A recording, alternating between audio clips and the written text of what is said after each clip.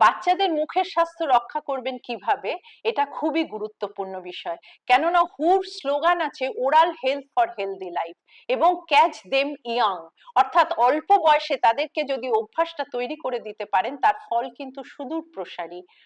আমাদের ছেলে মেয়েদের খেয়াল রাখতে হবে যাতে তারা খাওয়ার পর অবশ্যই ব্রাশ করে, বিশেষ করে যখন স্কুলে যাচ্ছে বা অনেকটা সময় না খেয়ে থাকছে তার আগে কিন্তু ব্রাশ করে নিতে হবে, অর্থাৎ রাত্রে শোয়ার আগে।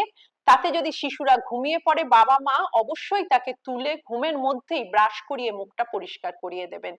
আর খাবার খাওয়া যেটা চটচটে মিষ্টি জাতীয় খাবার, অবশ্যই বাচ্চারা চকলেট খাবে ক্যাডবেরি খাবে, কিন্তু তারপরে যাতে মুখটা খুব ভালোভাবে পরিষ্কার করে নেয়, দাঁতের গায়ে যেন কোনো রকম আঠালো জাতীয় খাবার লেগে না থাকে সেটা খেয়াল রাখতে হবে।